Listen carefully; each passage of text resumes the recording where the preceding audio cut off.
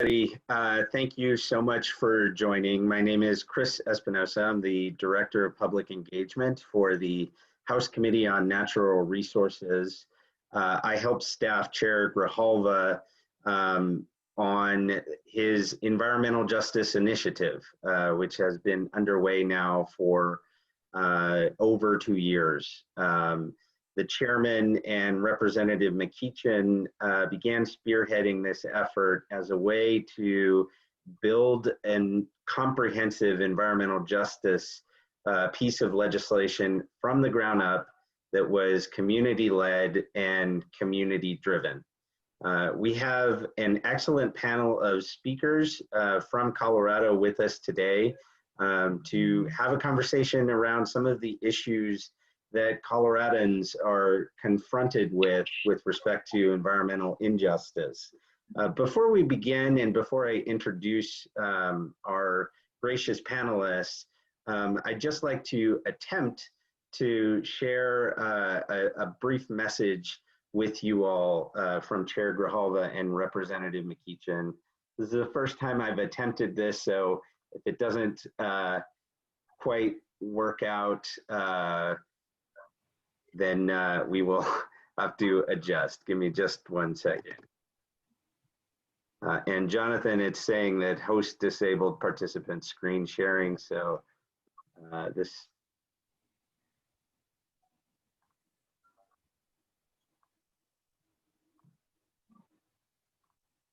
yeah, I don't think we're going to be able to show the video today.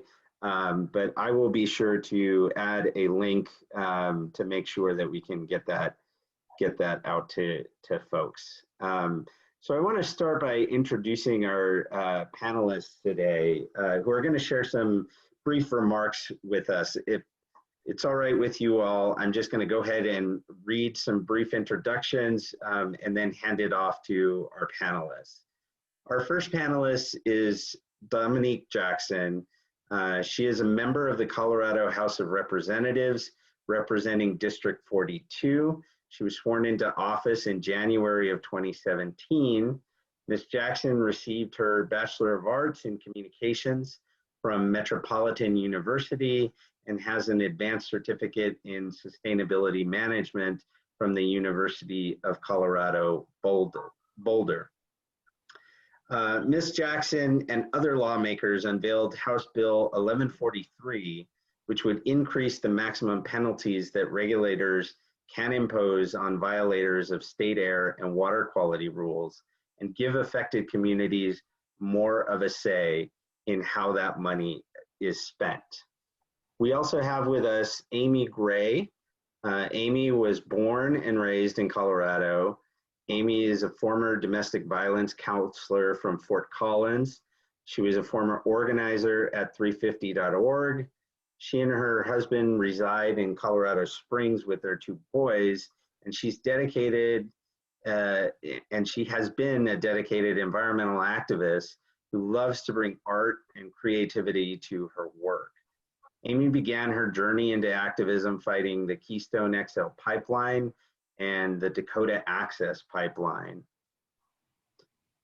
We also have Ian Thomas Tafoya. He is the co-chair of the Colorado Latino Forum. Ian is active in local affairs and has worked for 3 branches of local government, from the Denver City Council, and he was the deputy campaign manager for the successful Denver Green Roof Initiative. In addition to being a small business owner, Ian serves in leadership roles on several municipal advisory committees and service organizations. He's received recognition for his work from both the Denver Regional Council of Governments and the Regional Air Quality Council. And finally, we have with us Jorge Figueroa, who is the director and principal of El Laboratorio.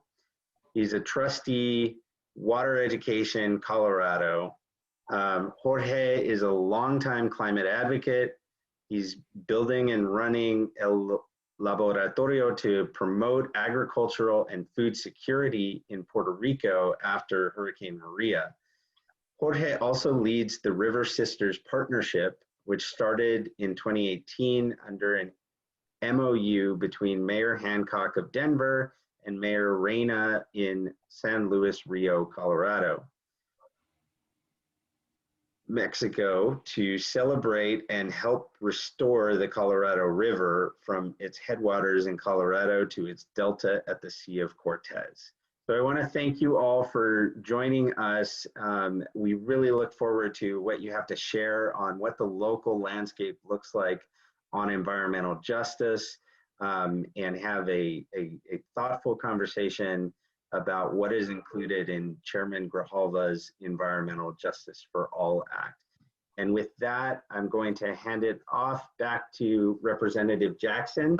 If you could please start us off. Thank you so much. And thank you so much for having me here today. I'm really excited. So I fight for a lot of different issues, but as chair of the Energy and Environment Committee in the Colorado House, obviously addressing climate change and making sure that everybody in our state has clean air to breathe and safe water to drink is a top priority. I'm also very committed to addressing how communities of color and low-income communities are disproportionately impacted. So the urgency has always been there, but especially now during this pandemic, we really have to address pollution in predominantly Black and brown neighborhoods. And there's a ton of data. I know y'all have seen it. I've been looking at stuff from Harvard and Johns Hopkins, all kinds of other reputable sources. It shows, of course, that people who are exposed to pollution, especially air pollution, are more likely to die of COVID because obviously it's a respiratory virus. So I strongly believe that there have to be consequences for corporate polluters. And I'm talking all of them, not just refineries, but municipal water suppliers, sugar beet factories, every single one of them. So there was some research conducted and then reported last year in the Denver Post that showed that 15 facilities in Colorado contaminated our waterways, often some 10 times above their permitted limits. This makes us in Colorado the 4th highest state with this kind of problem. And this water pollution is happening all over Colorado. So I was talking about sugar plants. A sugar beet plant reportedly released fecal coliform, ammonia, nitrogen, and sulfide hydrogen into the South Platte. Get this, more than 91 times within a 2-year period. A mine that reportedly released contaminants like zinc and cadmium into South Mosquito Creek. A water reclamation facility reportedly polluted Boulder Creek 29 times. A meat packing plant and a big brewery, we know who they are, also ranked among the most significant polluters. As for air quality, I think you've seen the brown cloud. The Denver metro area is ranked among the top 10 worst US cities for air quality by the EPA. It's pretty sad.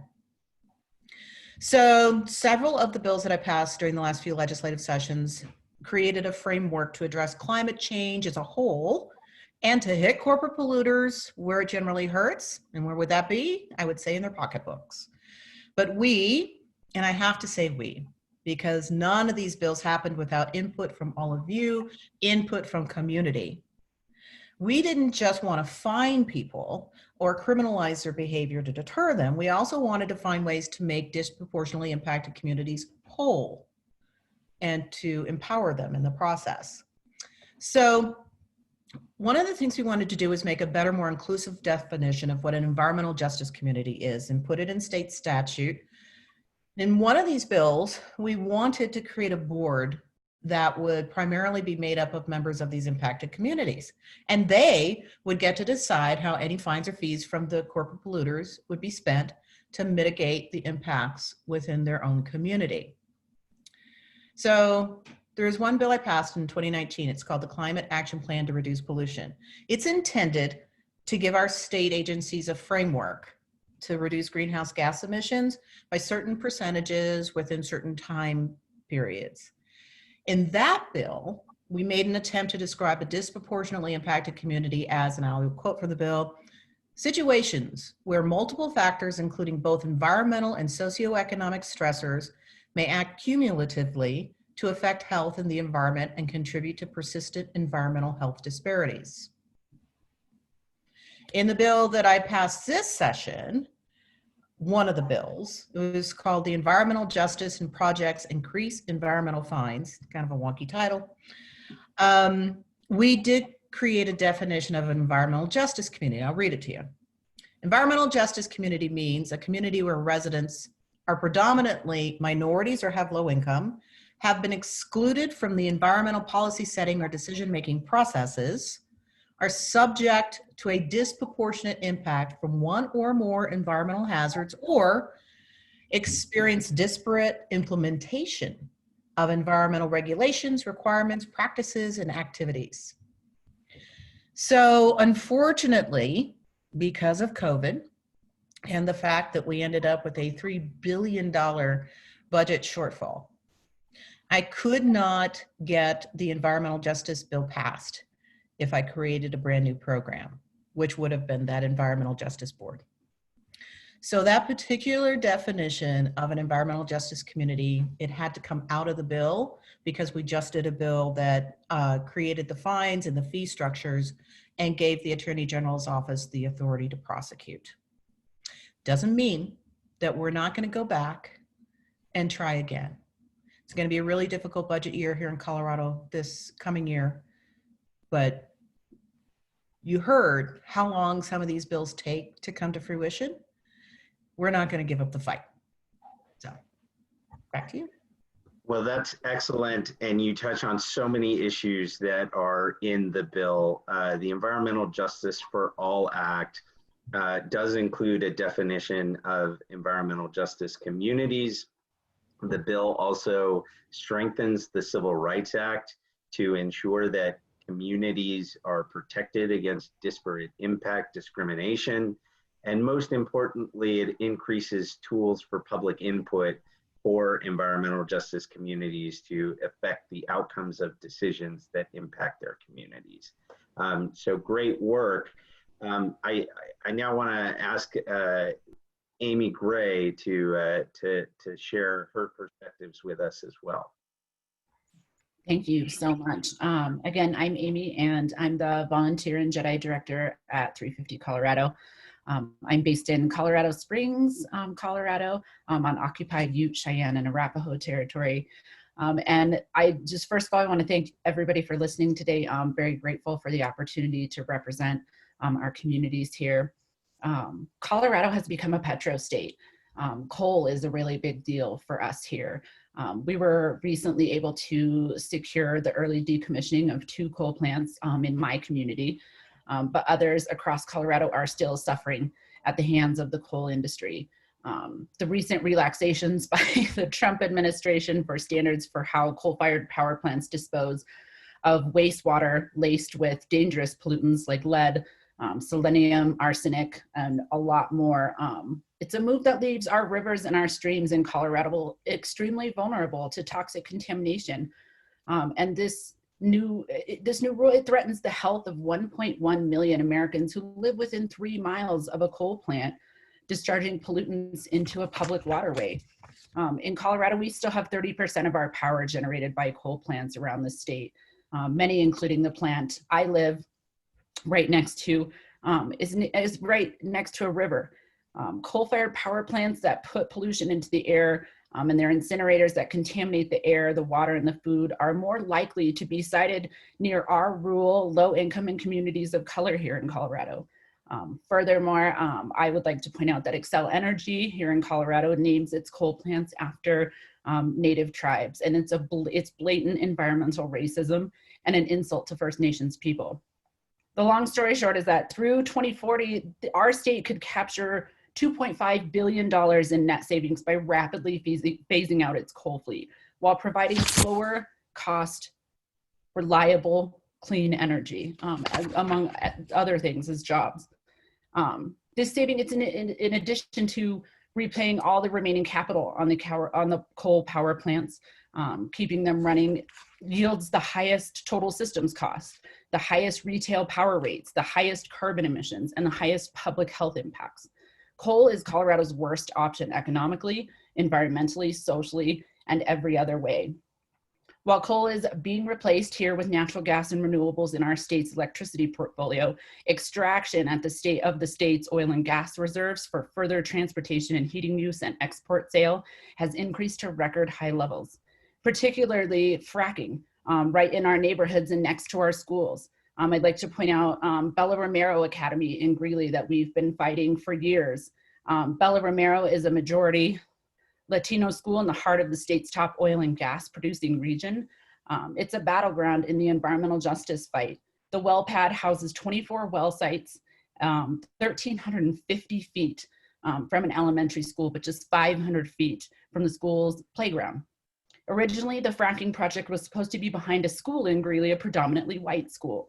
It would have been a much larger project, but it would have been slightly farther away from the school.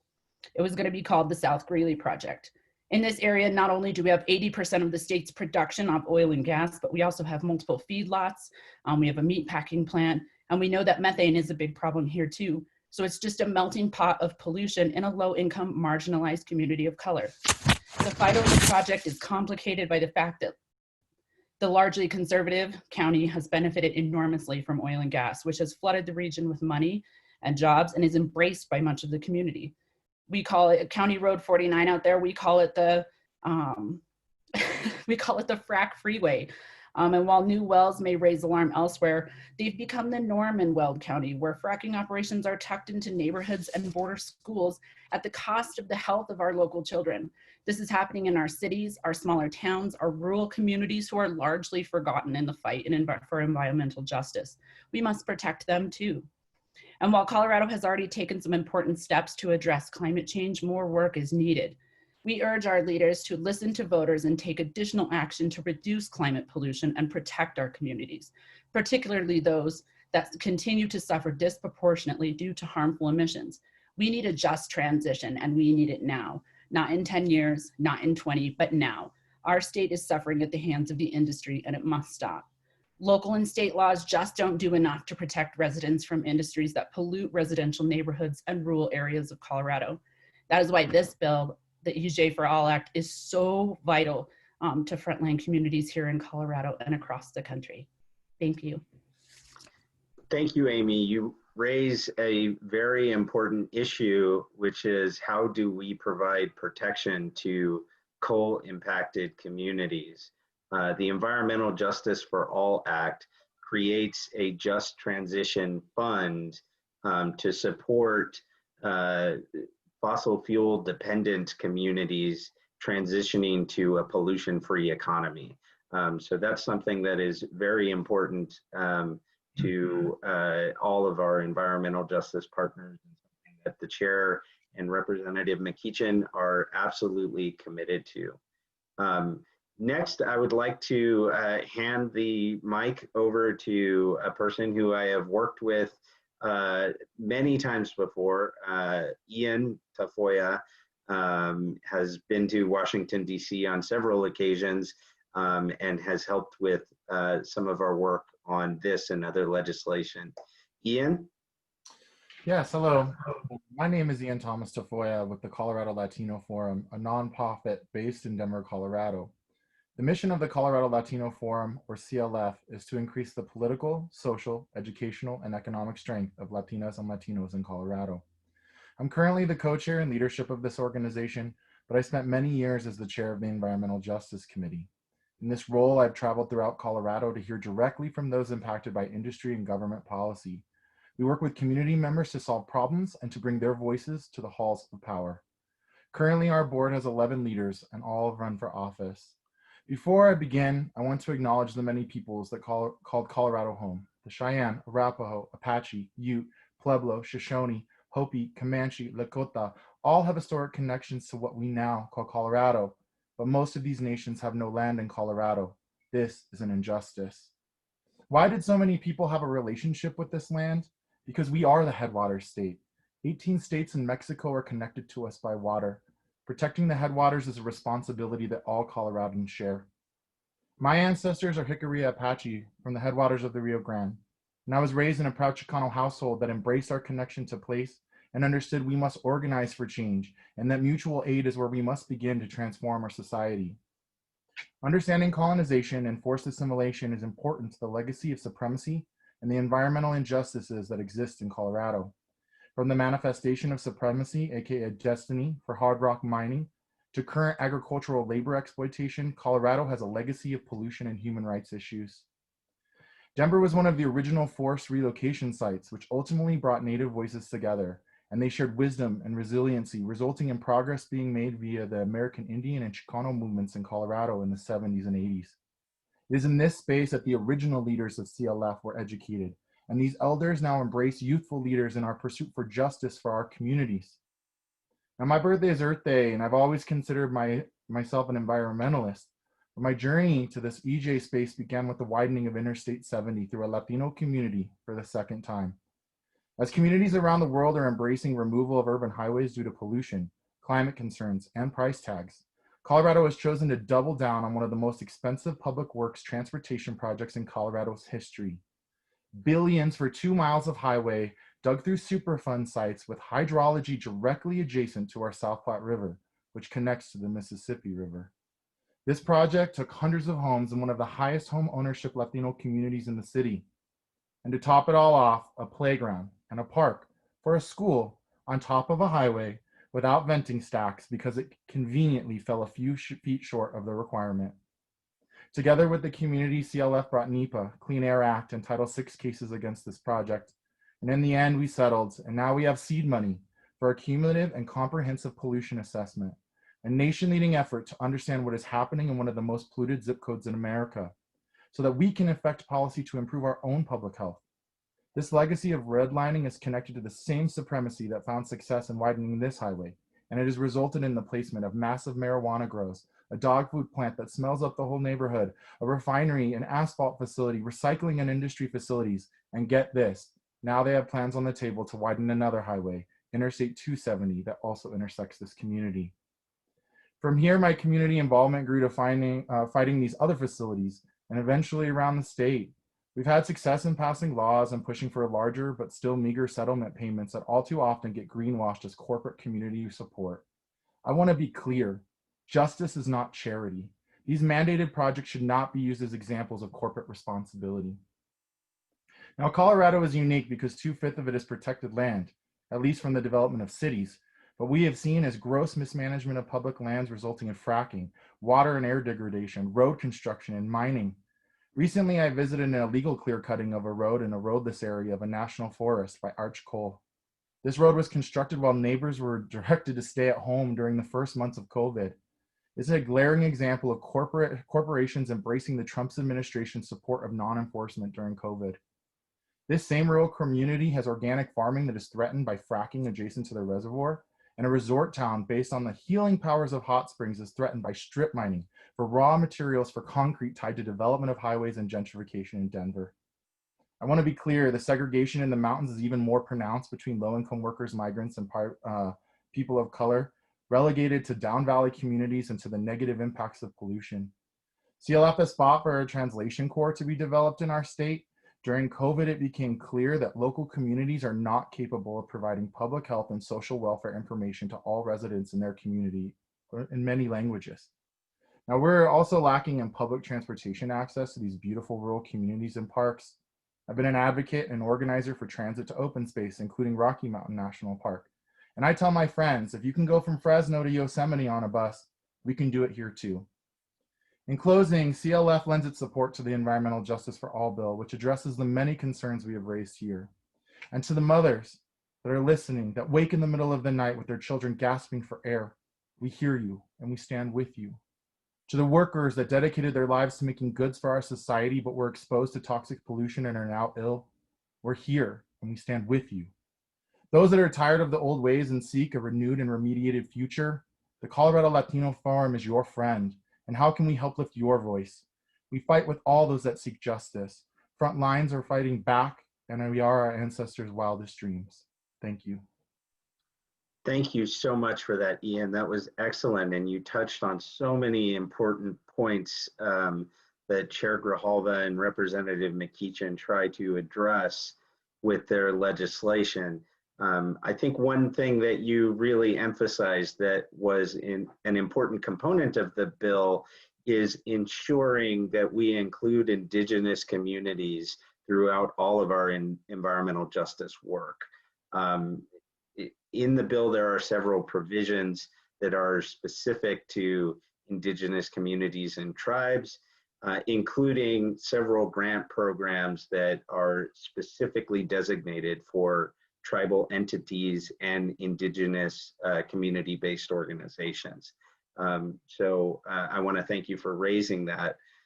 Finally, I would love to hear from Jorge on your perspectives, Jorge, and what you're seeing on the ground. Sure, thank you so much. I want to, first of all, excuse me, thank Chairman Grijalva and all members of the U.S. House Committee on Natural Resources and all members of the House of Representatives for their leadership on these very difficult times when science is being dangerously discarded as guides of public policy, whether we're talking about the threat of COVID-19 or the threats of climate change. I also want to acknowledge that Boulder County and Denver, where I work, sit upon land within the territories of the Ute, Cheyenne, and Arapaho peoples. I further acknowledge that 48 contemporary tribal nations are historically tied to the lands that make up the US state of Colorado. I'm honored to live and raise a family in Colorado and to work with El Laboratorio, with Nita Gonzalez and Paul Hellman.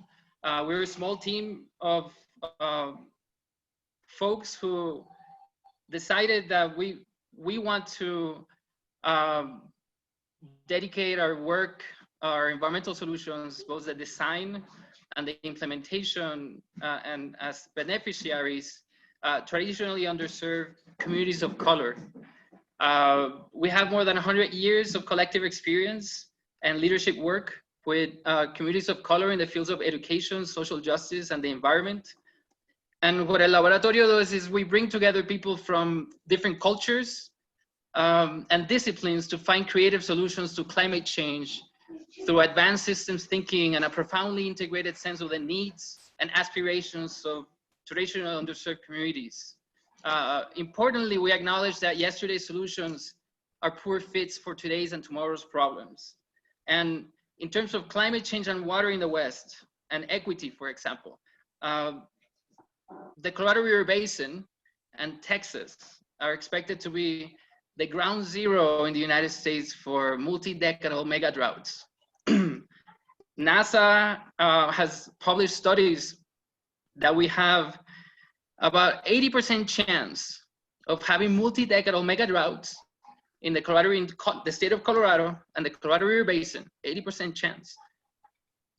Starting in 2050 to 2099, 80% chance of having multi-decadal mega droughts of more intensity and frequency than at the peak of the medieval period. That's the time when our region used to have the most intense and horrifying mega droughts that would seem horrifying now within the infrastructure that we lived in terms of water scarcity. And if we had those types of multi-decadal mega droughts of higher intensity and frequency than at the peak of the medieval period, it would probably be more disruptive than COVID-19 in our communities, because our infrastructure is not meant to serve so many people 24 hours a day, 365 days a year, reliably with water, with fresh water. Water is life, right? That's in the San Luis Valley, a mantra. And there has been a lot of water struggles in the state of Colorado because on one side of the mountains, on the rain shadow or snow shadow, we have 80% of the people, or 20% of the water. On the other side, in the continental divide, we have 80% of the water, but 20% of the people. So there has been a lot of water grabs for many, many, many years. The state of Colorado has more per capita water lawyers than any state. We are a headwater state. There's no fresh water coming in. everything is going down. And we provide water to, 40 million people with the Colorado River only. That's just one river of the state of Colorado. And so the state of Colorado is I think, a very important player in terms of water management in the West and the United States. And it's very progressive in terms of the policies that on both sides, Republican and Democrats, have implemented on the area of water. All that said, I see the conflicts, water conflicts, especially with vulnerable communities. For example, with the issue of mega droughts, of citizens, for example, not being able to leave as climate refugees, right? Like in Puerto Rico, after Hurricane Maria, we had a huge exodus, and before that, huge exodus of folks, climate refugees, and the people who stayed paying the bill in the water utility bill, that they don't change, the debt service doesn't change for a water utility, right? You still have to pay the bank or whoever you owe money, a set amount of money. And so you pay that through the water bill. If you have significant climate refugees, for example, the people who are who don't have the means to leave are, I would say, generally the underserved communities and poor people. And they also have to pay for the water bill for everybody. Water conservation is like a supreme tool of equity, advancing equity, because of that, because it goes straight, it impacts the pocket of underserved communities. The big issue that I'm seeing in terms of water scarcity here and conflict is that we don't have the same urgency in the water world in Colorado or the Colorado River Basin, I think, as the energy folks like 350.org have, and all the work that 350.org and others have done in order to have, for example, 100% renewable energy to reduce climate change impacts, right? In terms of adaptation, it doesn't really matter right now whether you get to 350 in terms of like emissions of greenhouse gases, because regardless of that, NASA, for example, has found that even if you get to a ceiling of the peak of carbon emissions globally, historically, by 2040, and then you start ramping down, that's probably very hard to do. But even under those very progressive scenario in which you need the whole international community, right, and states and local governments investing trillions of dollars to reduce our emissions, even if that happens, we have an 80% chance of having multi-decadal mega droughts in the state of Colorado and the West, according to NASA. If I had 10% chance of having a catastrophic car accident, I'd never get in a car. I'd never put my family in a car.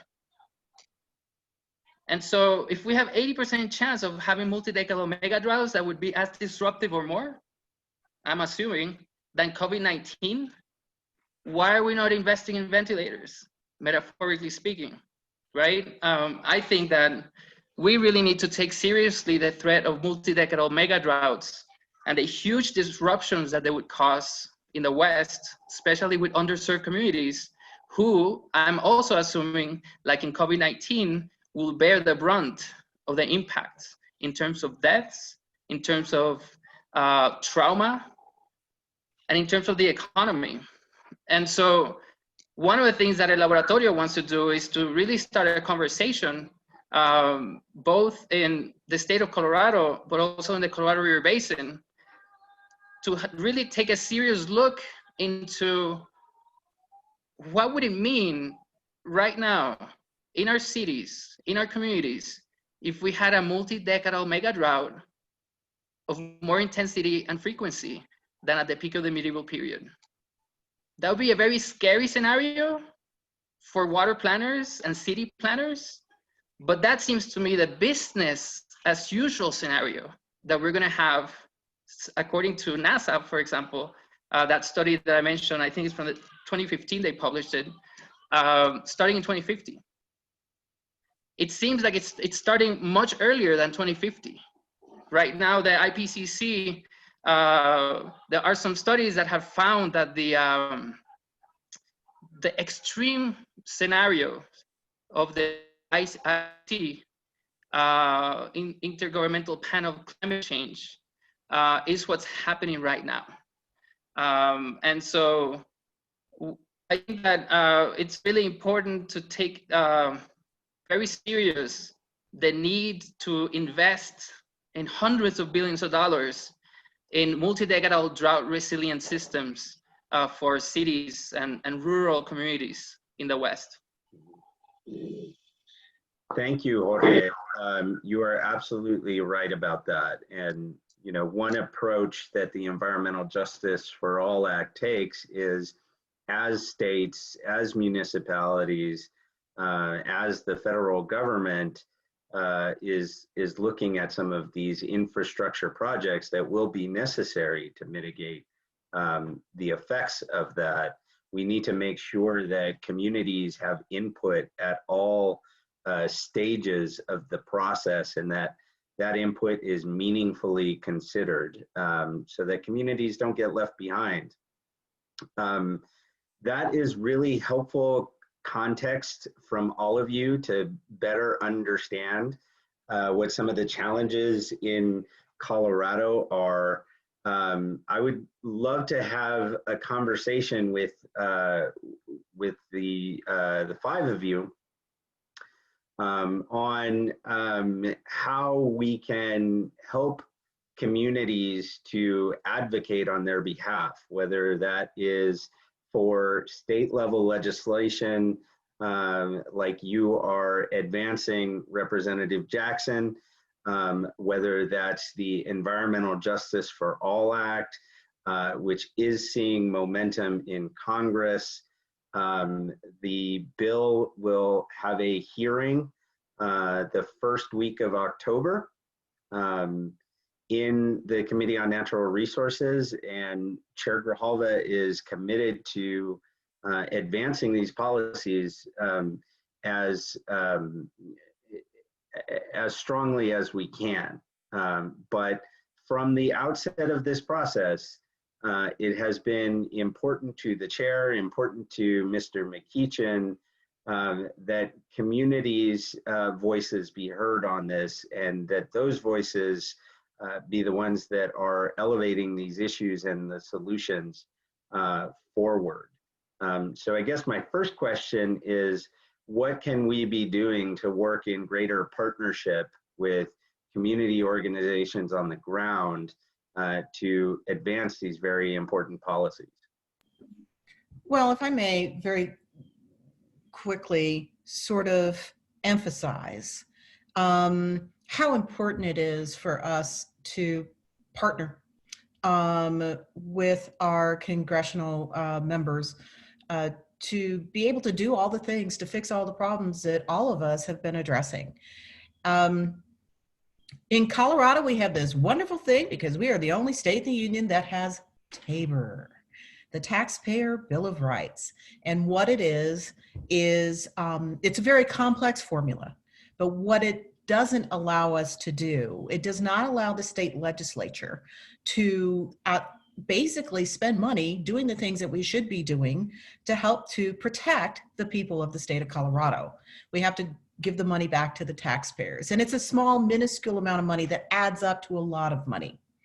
So we need federal legislation and federal programs, like many of the things that are being talked about in the Environmental Justice for All Act, in order to make all the things happen that we'd like to have happen. We can't do this alone. We have to have you. We have to have you as a partner. So the issues that are being addressed in this bill, which I think every single one of us touched on every single one of them. I mean, health equity and NEPA and community voices and cumulative impacts and civil rights. You know, this bill touches on all the things that we've been talking about that are getting in our way of being able to address the environmental impacts that we would all like to address here in Colorado. So, and furthermore, I mean, this is something that we care about our neighbors all across the land. So to be able to work together and as in these United States to help all communities would be a pretty wonderful thing. So I want to thank you and thank everyone for bringing this bill to fruition. And I'm looking forward to October to see everything that happens.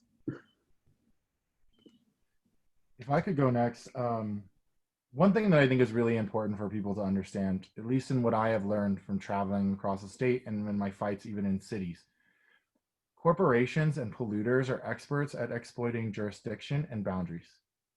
It's along boundaries of cities that they put these facilities so that people are arguing about whose responsibility it is. It is deep in the forest where perhaps in one county, a project is actually taking place, but the impacts are felt in another county where those people are not actually represented by the people who are making the permitting decisions. What I have said is that we need to work diligently to network and educate, because when we do that, we're empowered to make the change. And we have to start showing up in places that people don't expect us, whether that be the Public Utilities Commission, the Rural Electrification Board. There are opportunities that have been built into this white supremacy system to leverage that we just were not educated on how to leverage. But if we can get grants that are available in these kinds of programs to help educate our community to fight back, then we win most of the time. You know, we do need protections from federal government because sometimes these battles can't be decided between cities and states along these boundaries, because the corporate dollars have been flowed into the elections in a way that make it untenable for us to actually win.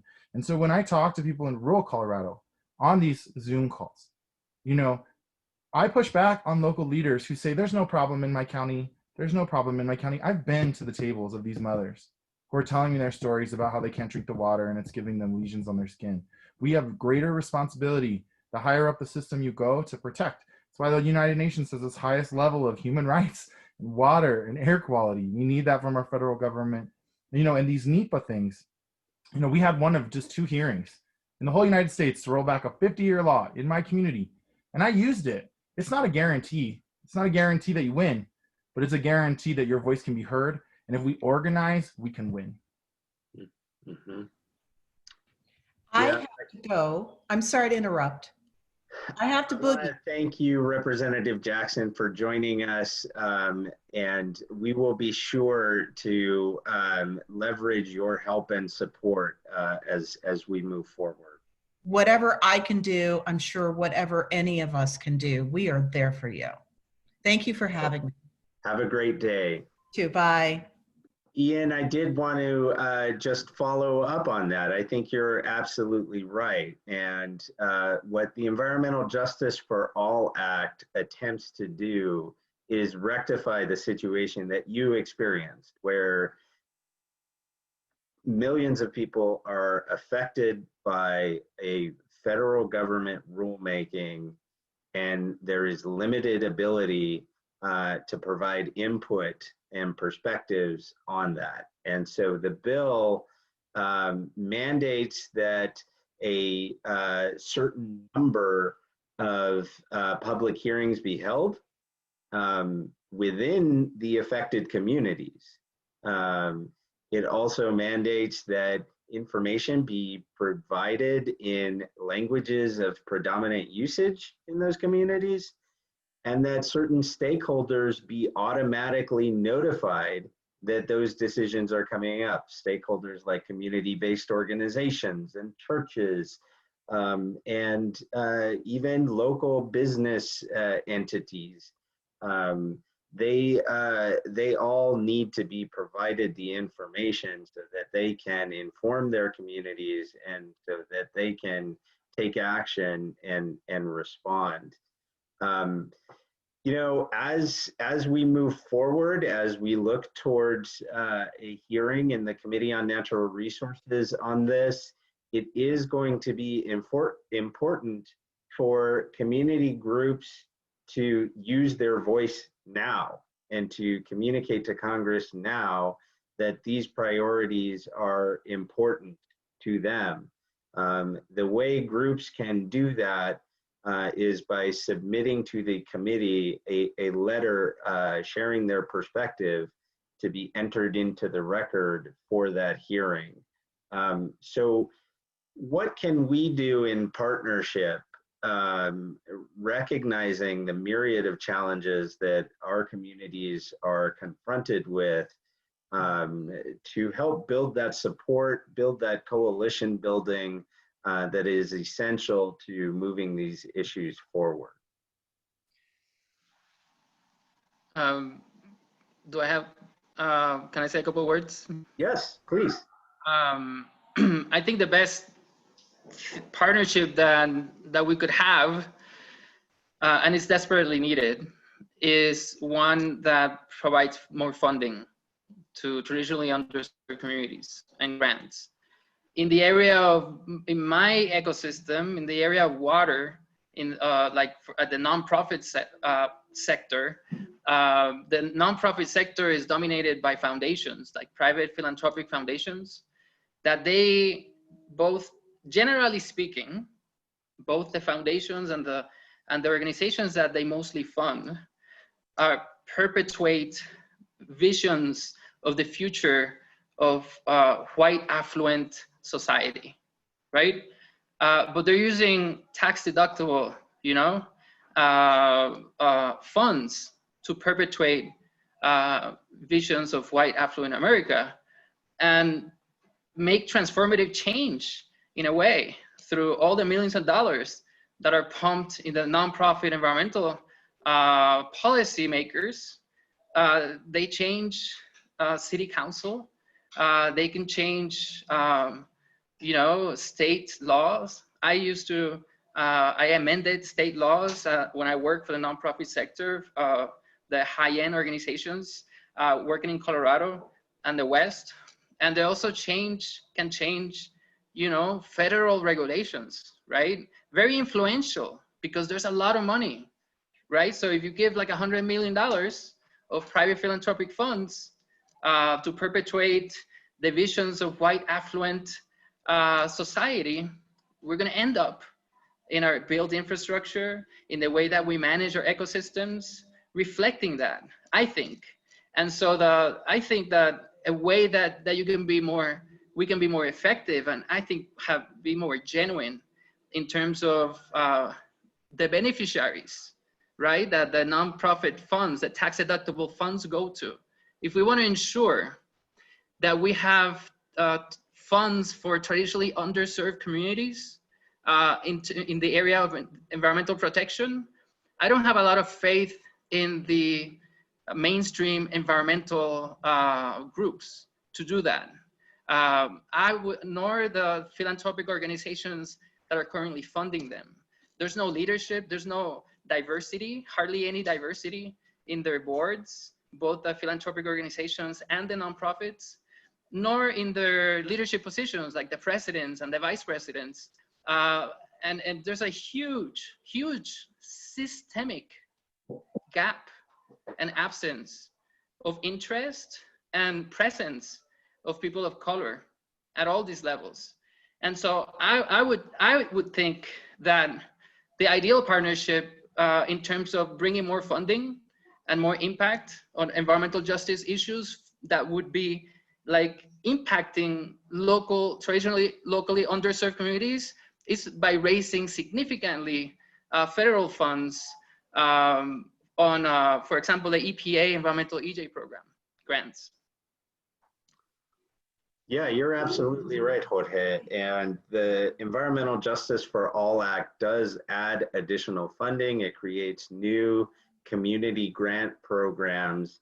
And the language of the bill is tailored to ensure that those funds go to community-based organizations on the ground in the communities that those funds are intended to impact.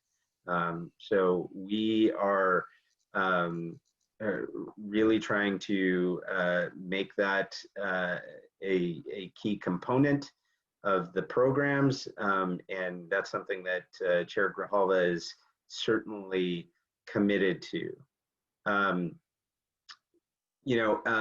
One thing that is also a critical component of the bill are the civil rights provisions that give communities the legal tools to be able to sue when a policy's effect is discriminatory against those communities.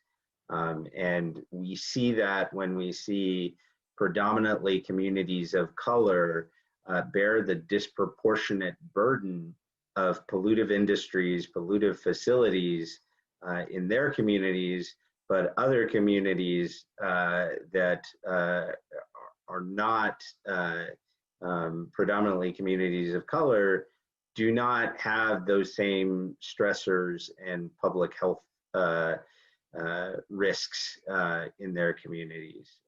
And so we really want to give folks as many tools as they can to do what communities have been doing for decades, which is identifying their own solutions, identifying their own aspirations for their communities, and being able to meaningfully impact that. So that's critical. In terms of what individuals can do, one thing that I would encourage everyone to do, and we will share this link in the chat. We'll also share this link in our social media. Individuals can go to PopVox, which is a transparent, nonpartisan advocacy platform designed to enable everyday citizens and community members to weigh in on legislation, including the Environmental Justice for All Act. We would encourage everyone to share their views, make their position known to their elected officials, and continue to advocate for solutions like what is included in the Environmental Justice for All Act. It looks like we may have the possibility to share the message that I tried to share earlier from Chair Grijalva with you all. So I want to be sure to do that. Before I do, Amy, I want to direct things toward you and just ask if there are any additional concerns or challenges within the communities with whom you work that you feel it's really important for Congress to be aware of and consider as they move forward, not just with the Environmental Justice for All Act, but with other climate-related and environmental legislation that is going to impact all of our futures. Absolutely.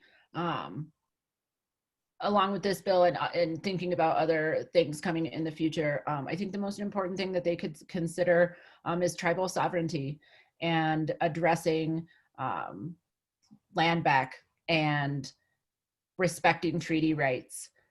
Constantly, consistently, we see these fossil fuel infrastructure projects straight through reservation lands, straight through sacred land, into territory that it just should not be. And I think this was explicitly highlighted by the 2016-2017 DAPL fight, that this pipeline was through sacred land, and the local government, the federal government, everybody refused to acknowledge those treaty rights. And our First Nations people were here first, and protect the land and the water and the air and all the creatures that walk on this earth. And it's important to really listen to and bring our First Nations people to the table first. Bring them into the conversation, not to the table, give them their own table. It's important to recognize that these communities are hit very hard by fossil fuel infrastructure, not only from the funding and the pipelines, but the water, the soil, everything around these reservations is affected. And the poverty and the level of inaction by our government to own up to what they did in taking this land. And they need to return to thinking and respect of our First Nations people. I could not agree more, and I know that Chair Grijalva shares your view on that.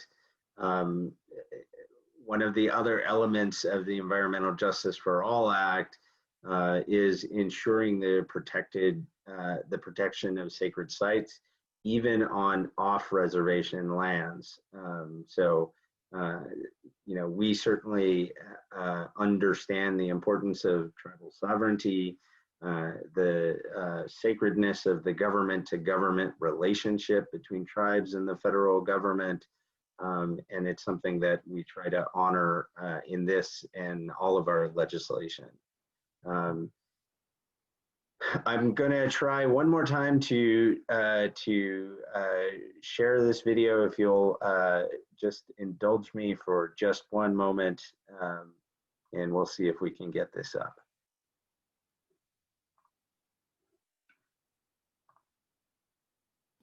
The EJ community is part and parcel of this great country of ours. People that live in communities such as yours and such as mine deserve good health, a clean environment, an opportunity to recreate, and knowing that now there is a law that protects their interests, their family's interests, and the community's interests. People across our country are demanding that we finally live up to our founding principles of equity and justice for all. They are calling out for an end to centuries of systematic racism and oppression, and our fight for clean air, clean water, and a healthy environment is very much a part of that struggle for justice.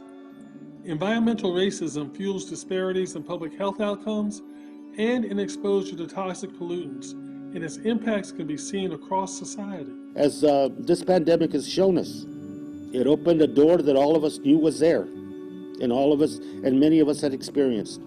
The unequal dumping of environmental damage onto certain communities based on income and color, period. And now, the Environmental Justice for All Act is a systemic, comprehensive response. Over the past several years, Senator Harris, Chair Grijalva, and I have been intensively engaged with environmental justice community leaders, advocates, and practitioners as we sought to craft comprehensive EJ legislation. We're going to need your help to make sure that Congress takes this up as a priority issue moving forward. Climate justice means environmental justice, and we look forward to that, to us being part and parcel of all discussions, and the communities that are represented in this legislation being at the table and having a voice. Thank you so much, and thank you for your support. So I really want to underscore what Chair Grijalva shared, which is we can advance this intensely consequential piece of legislation if we all work together, including in partnership with communities across Colorado. I want to thank you all for sharing your voices, sharing your perspectives, and sharing the needs and aspirations of the communities with whom you work. I just want to ask before we close if any of you have any closing thoughts that you'd like to share? I just want to say to everyone in this country who's listening, in the 18 states and Mexico, that we in Colorado stand with you in protecting the water. And I think Jorge really hit it home, that our entire globalized society collapses without the most pure, sacred water. And we are the leaders in protecting it because we have it first. If we send it to you polluted, it only gets harder. So join us in protecting the water. I want to also say, in terms of like an ideal partnership, NEPA should be sacrosanct. Specifically, environmental impact statement should be sacrosanct for any big project that could potentially have a significant impact on our communities and our ecosystems. And what the current administration tried to do in terms of changing NEPA, I think that was very weak. It's a very weak change. I think the strongest change that you can have on NEPA is through the states, through the federal legislature, right, under the balance of powers. And so I would encourage Representative Grijalva and the House of Representatives to not only try to tweak and fix some of the changes that the current administration at the executive branch tried to do, but also to go deeper and try to make it better, to make it more impactful, to make it more effective in a viable way that's also economically viable for industry. But it should be definitely be stronger. It has to be stronger. Look at the environment. If I go right now to any river in any city in Colorado and I scoop a cup of water, it's probably going to be bad for me if I drink it. Rivers are the soul of the earth. It's like where water comes from.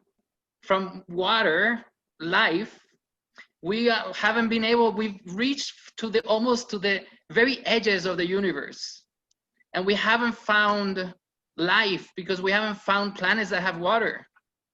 And so this is like the only place in this vast universe that has life is because it has water. And then the source of water, the miraculous source of water in the planet is our rivers. And we are creating dumpsters. We are polluting and poisoning the source of life right now.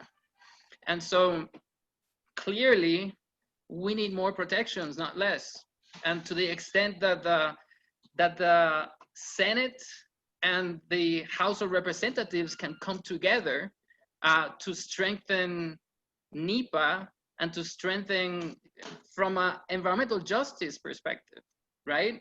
I think that it would be very, very strong. And I think that would be an ideal partnership. Thank you, Jorge.